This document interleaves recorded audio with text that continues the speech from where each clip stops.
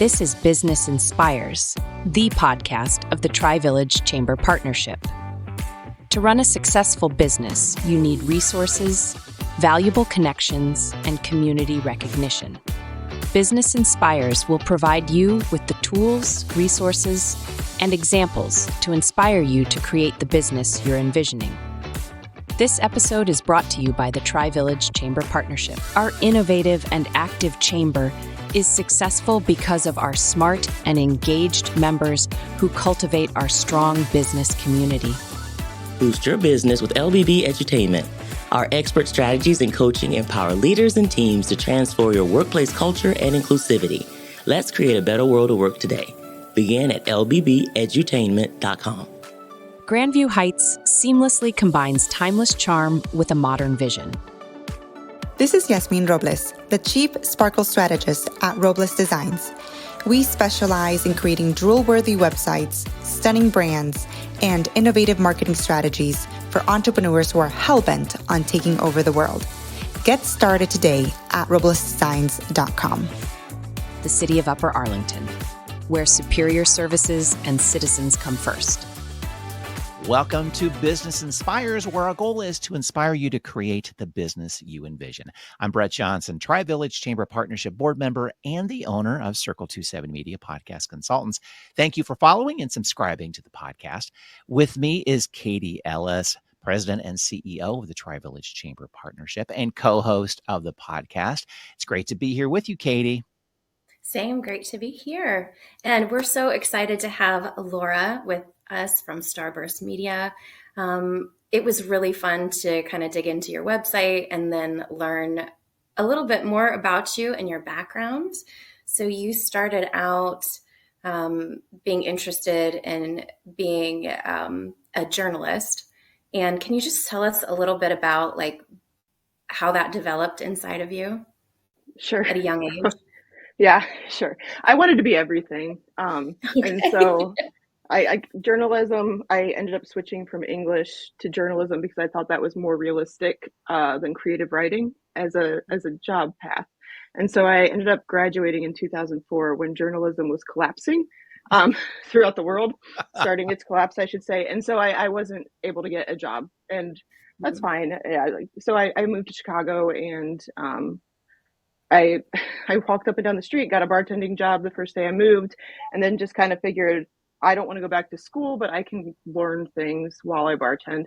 And so I ended up, oh my gosh, it's like so many different like serendipitous things, but I ended up working for a small ad agency in Chicago because I was bartending at a night where the Irish owner was at the pub where I was bartending and was happy to have a potential writer that worked at a pub. And so I ended up starting to work for him for free to kind of learn a little bit more about marketing, advertising, and all the things. And that happened to be around 2007, right when social media was kind of becoming, I think it was Friendster was the hot thing at the time when I started with Rain, the agency, and they were just kind of like, figure out how this can make us money. And so it became my job to just figure out how they could monetize social media. And so as this was all starting, I was learning along with it. So like as Facebook went from college email address only to all of a sudden, fast forward to what it is today,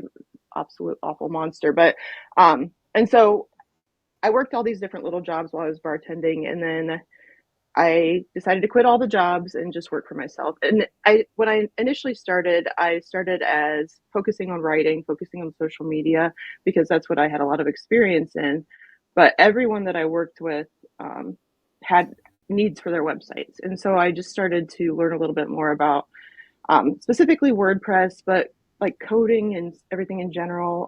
There were so many great free or really low cost services. And there's some still exist, maybe not as accessible as they were, but I was able to just like kind of teach myself all these different things. And so, that was 14, 15 years ago. Fast forward, I'm very fortunate where I get to do just all kinds of websites around the country. I have a few outside of the country, which is great.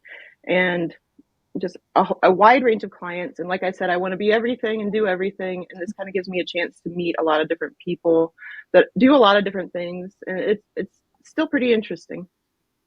Yeah. That's wonderful. And it also mentioned in your About page that you wrote and performed sketch comedy as well. Yeah. Like Yeah. That's during one of the that time. things. Yeah. That's one of the things I used to do, writing. I did a lot of different kind of like satirical and comedy writing, sketch performing at Second City and around Chicago. I bartended at IO, if you're familiar with the Chicago improv scene. So that was one of the great, and I think they're bringing it back now. I heard one of the great improv places where like Amy Poehler and a few others got their start. But yeah, so just a varied background, all the interests. I can jump around and do all these different things that I find, interesting and entertaining. Super. Do you feel that experience with journalism and then the sketch comedy piece, do you feel that really infuses in your day-to-day and storytelling, creating websites for clients? Yeah, absolutely. And I think more than anything, not even specifically like the website portion or writing or anything like that, but just problem solving, just being able to see a situation and adapt is, like that's what improv and sketch and a lot of those different things are about. And so being able to just kind of pivot as needed, both, on specific projects, with specific clients, but just as a whole, like, I am at that point right now where I'm recognizing all the things that AI is about to do. And so I've been getting better about utilizing that so I can have a better understanding. Like, so for example, I have been blown away by how amazing if I just put a URL in and say, give me a video. 5 minutes later, I have a very creepy, very well done, well written voiceover video. And this was this week. I did this for a client, and I was like, shit, this is terrifying. But man, it's so useful if I know how to use it because it's happening regardless. This was like, can you make the tone a little bit friendlier, a little slower, and more Midwest? 3 minutes later, I've got a great video with a Midwestern woman. It's got a little bit of a Chicago accent. Wow. So be like an assistant, right? A very fast assistant. that has access to all the good and the bad information. But so like that's, I think, a good example of pivoting because I recognize that things are very quickly going to change a lot. And I would rather understand all of these tools that are about to completely overhaul not just digital marketing, but a lot of service jobs of any kind. And so that's improv. That's being able to roll with it, right? Yeah. Wow. That's well, at least understand what you're competing against as well, too. That all of a sudden, like the service that you offer, it's now a moot point. You can type it in and it's, I don't know if we've gotten there yet, but it potentially, if you're putting a URL in for the video, all of a sudden it's like, you don't need a video person, kind of, depending on the focus of the video. Yeah. And wow. I think it's going to be interesting for a lot of us, right? Because if I say, for example, and I'm less afraid of it now that I've spent more time with it, because I know I'm starting to see what my role is going to be, because a lot of people are going to be really overwhelmed by this technology. And if I can hold their hands to help them learn it, but if I say, build a website for me that looks like this website, it does it for me. Wow. So, but I mean, you still need to know the right terminology. You need to know the right phrases to use and all these different things as far as design and layout and all of that. But it's wild. It's going to get wild really fast. Really fast. Yeah. Well, as someone who clearly enjoys what they do, what are some of the most rewarding aspects of running Starburst Media? And what keeps you motivated in your entrepreneurial journey? That is a great question. I will admit that I hit a bit of a rough rut a few years ago. So I started a second business to help me be mentally well for Starburst Media. And that's helped too, because I found that I needed to be creating more with my hands and staring less at computer screens. And so kind of a little bit more energized for Starburst Media now. What continues to make me passionate about what I do with Starburst Media and things that I've been honing over the years is choosing the people I work with a little bit more carefully to make sure that it's things that I'm passionate about for the most part, where if it's something I care about, where if it's something specific to sustainability, the environment, any one of my 20 different things I really care a lot about, it's a lot easier to do the kind of day-to-day kind of, not so exciting stuff when you know that the end is something that's, hopefully something that'll bring about good change. But yeah. I was going to ask you if you've been gravitating over to the, as someone has done something for as long as you have, and I'm talking 5-10 years, that sort of thing, you start to gravitate toward certain clients that you'd rather work with, and you have the opportunity to be selective too. You can say no to some people because you're in that, I don't want to call it comfort zone, but there's like, I'm better in this space for you, the client, and myself. And so you've seen that over time then. Yeah. And that's not something I've ever been good at. And I put down, this year's the year, and I've been good about it the last few weeks, and I will continue to be good at it, because the first time you tell someone no, that's the hard one, but then it just gets a little bit easier every time. The thing that I've found has really burnt me out the last few years is task switching.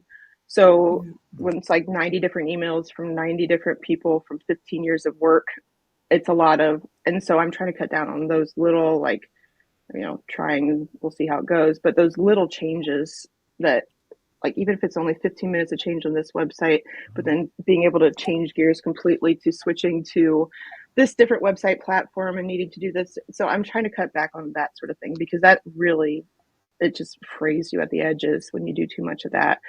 So trying to get a better feel for clients that need maybe less small changes, and people that are like, hey, we really need you to do monthly maintenance. We need you to help with, the more technical aspects of hosting and stuff like that. So I've just trying to be better about shifting to maybe just like bigger chunks instead of a million small chunks. And like you said, I'm very fortunate to be able to make those decisions and say, this isn't a good fit for me anymore. And I'm hopeful that I can continue to find people to send, because that's always my big problem. I want to help everyone, but that's not helping me or really anyone as a whole, because if I'm burnt out, I'm not doing my best work for anyone. And so, like, just trying to like build up maybe people that are starting out in my like little library of contacts, so that I can say like, hey, I'm not the best person for this, but this person is learning more about WordPress and would be a great fit for you if you're willing to, take some time, that sort of thing. But yeah, it's a fortunate position to be in, to have the luxury of being able to recognize what's a good fit and what's not. Yeah. I think it's really smart of you to play in it like that, and also very wise to recognize that burnout and mental well-being. And our next question that really fits in well with that, we know that family is really a significant piece of your life. And how do you balance, I know you said just a few things, but how do you balance in other ways, maybe the demands of being an entrepreneur along with parenthood? And then would you have any advice to the rest of us? Phew. I don't know if I have any good advice to anyone, but there's no such thing as balance. I don't really think. I mean, do your best, and like I certainly try, but some days will be a lot more work and not great mom days, and some days I'll have not angry, but frustrated emails from clients because I'm trying to have more of a mom day, And so like today was an early dismissal day, and that's a fun thing you learn once your kid starts school, that there will be a random Thursday and she comes home at 11, and that's great. She's pretty much an independent adult, although she's 8, like she doesn't need me as much or at all really anymore, but still, like it's good to be able to see that. And like, so I after our podcast, the afternoon is off of meetings and it'll be a light work afternoon. And I'm really grateful that I have that, because even though maybe it's not a great work day, but maybe it'll be a slightly better mom day today. I don't know. We'll see. But just trying to recognize, I guess, for me, that not every day will be 50-50 or 33-33, or however you want to look at it, of trying to balance different things. but just trying to do my best to roll with it. And I guess that goes back to improv too, but just rolling with it and doing your best in any given day. And knowing that almost all of us are in a similar boat in some ways. And even if you don't have kids, there are different things that you're, I don't know, trying to juggle as well. And so just giving it your best and assuming everyone else is too, and, rolling with it. Yeah. When I started doing stuff on my own, I didn't realize that I was becoming, I don't want to call it a role model, but it's that your kids notice. Your kids notice how much time you give to work and you also give to them. And I think you're doing the right thing. If nothing, clients will come and go, but your kids won't. You've got to give them the time that you can, because they will be gone soon enough. As empty nesters, as my wife and I are in that situation, like, okay, we did what we needed to do. We were fine with it, but it's like, but you can't get that time back. You cannot. And I think you're doing the right thing. That makes a lot of sense. Like, whether clients like it or not, I'm giving a half day today to my daughter. I'm just doing it. Yeah. Yeah. And like, I'm really not great at it. I can say I have all these great plans of how to do it, but every day just try to get a little bit better at it. That's the hope. Put you on the spot. What are 3 pieces of advice? And maybe it doesn't have to be 3, but maybe a couple at least. But 3 is a nice number. What would you give advice to someone starting out as an entrepreneur today, no matter what they're doing, but holistically, how do you do it on your own? What's the best way to start? What did you learn at the beginning? You're just like, man, I wish I had done it that way, and that would have been easier. What advice would you give? Oh, that's a very good question, because I don't really know the answer to that either, but I'll do my best. Yeah, no. It's all we can ask. That's all we're asking. Yeah. I don't know if this was the best way to do it, but for me, because I'm not a good self-sales person. I don't like to market myself. So for me, a good way to kind of get in there, especially when I moved here to Columbus, to Upper Arlington specifically, was to volunteer with a lot of things I cared about. Because for me, that's a good way to find other people that are passionate about the same things I'm passionate about. And then ultimately, that's how I built up my client base when I first started, was just a lot of volunteer work, because I'm not, and that's why I don't do a lot of great networking things, because I'm not good at it. And I'm not, I don't know, it's just not one of my favorite things. But I can go to volunteer at events or be part of planning committees or boards. And that's a great way for me, at least, to have met a lot of people. And so I would say, maybe if someone else is in a similar shy and not great about self-promotion spot, that's a great way to, when you're starting out, to get a foot into different businesses, to figure out, who you might be able to work with. I still haven't really gotten organized on this front, but when you start at the very beginning, if you can figure out and talk to people about things like taxes and invoices and all of those things, because I've been using the same invoicing software since maybe 2013. And I, every year I do my annual cleanup of, making sure everything checks. And I've still got some from 2013 and 14 that aren't adding up. At the time I was like, it doesn't really matter. And then I had an accountant that was like, no, this does matter a lot. I was like, oh, well, I don't remember what that was from. I have no idea what that check was. I don't even know what I did for that person. So trying to talk to people and getting a good base of, tools and ways to stay organized from the very start, because even if you're not doing a lot of invoicing, a lot of, expenses or anything at the start, it'll be a lot easier if you have a good foundation of, at least for me, that's the stuff that gives, I don't like that part of the job, but if I can have it organized and as streamlined as I can have it, then it's more likely that I do an okay job of keeping up at it. So I guess just be organized is my simple. Be organized from the start.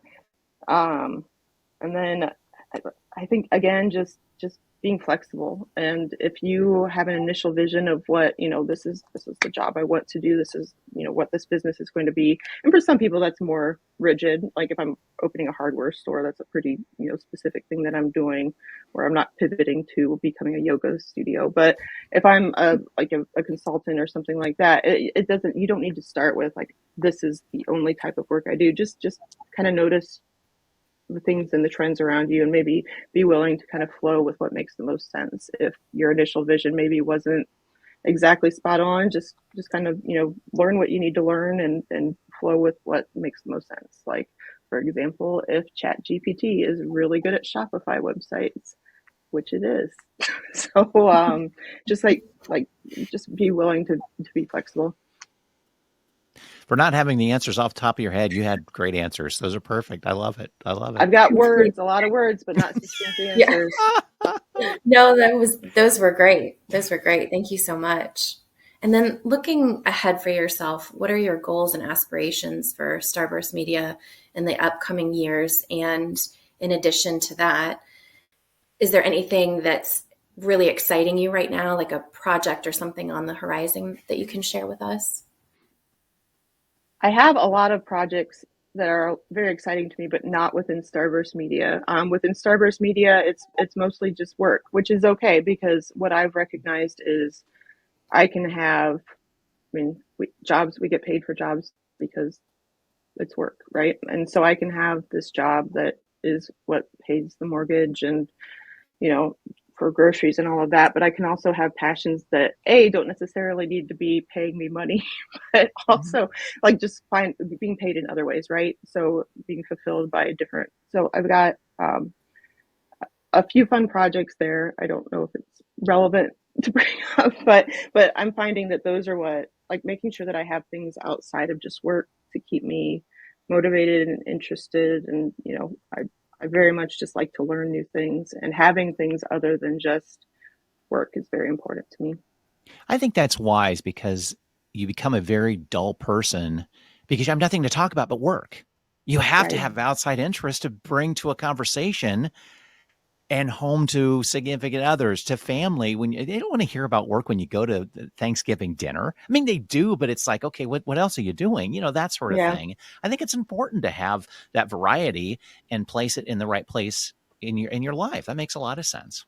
It just does. Yeah. Whether it's more exciting than the job right now doesn't matter. I think it forms us better. It makes us a better person. Sure. So we want to this season end with a light question, a funny question. And this one I thought would be appropriate to you, I think. So if you had to delete all but 3 apps from your smartphones, which one would you keep? Oh, gosh. Isn't that harder than you think? It's harder than you think, isn't it? Yeah. Well, I mean, I've been like, for the last year, I wish I could switch to a flip phone and completely toss my smartphone completely.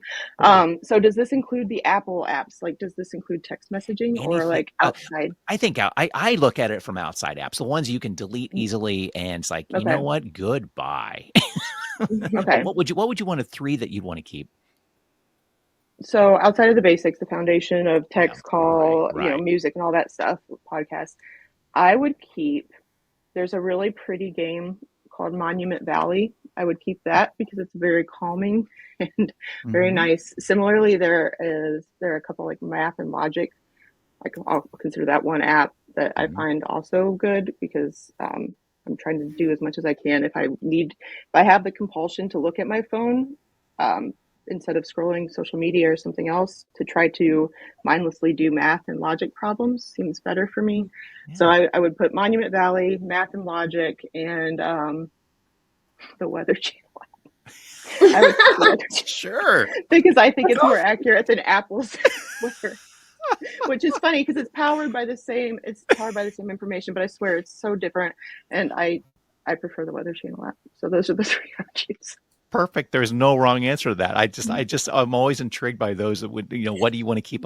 And that says a lot of you. It just does. Yeah. I think the 3 or 4 says a lot of the person, what they'd keep on their phone, and the rest would just junk. And we all could do that. We should do that on a monthly basis. Just clean the phone out. Clean it out, start over, really think about what have you ask the phone, look at the phone. How often have you opened that thing? Get rid of it then. I mean, that proves that I can't switch to a flip phone because I do use the Weather Channel app True. like 5 times a day. So there we go. I'll keep my iPhone, I guess. Yeah. Is there anything else that you would like to share to our members and the rest of the community before we hop off?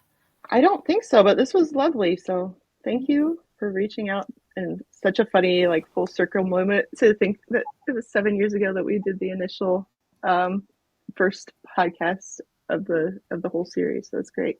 Yep. Yeah. Thank you so much for being a part of this. And how can we get a hold of you? And we'll put those in the show notes as well. Starburstmedia.com, which I have not updated for more than 9 years as of this week as well. So that's kind of embarrassing when you're like, I looked at your website. I was like, oh yeah, that's a thing I should try to find time to update. But starburstmedia.com has my email, laura@starburstcolumbus.com. And those would be the 2 primary ways. Great. Thanks, Laura.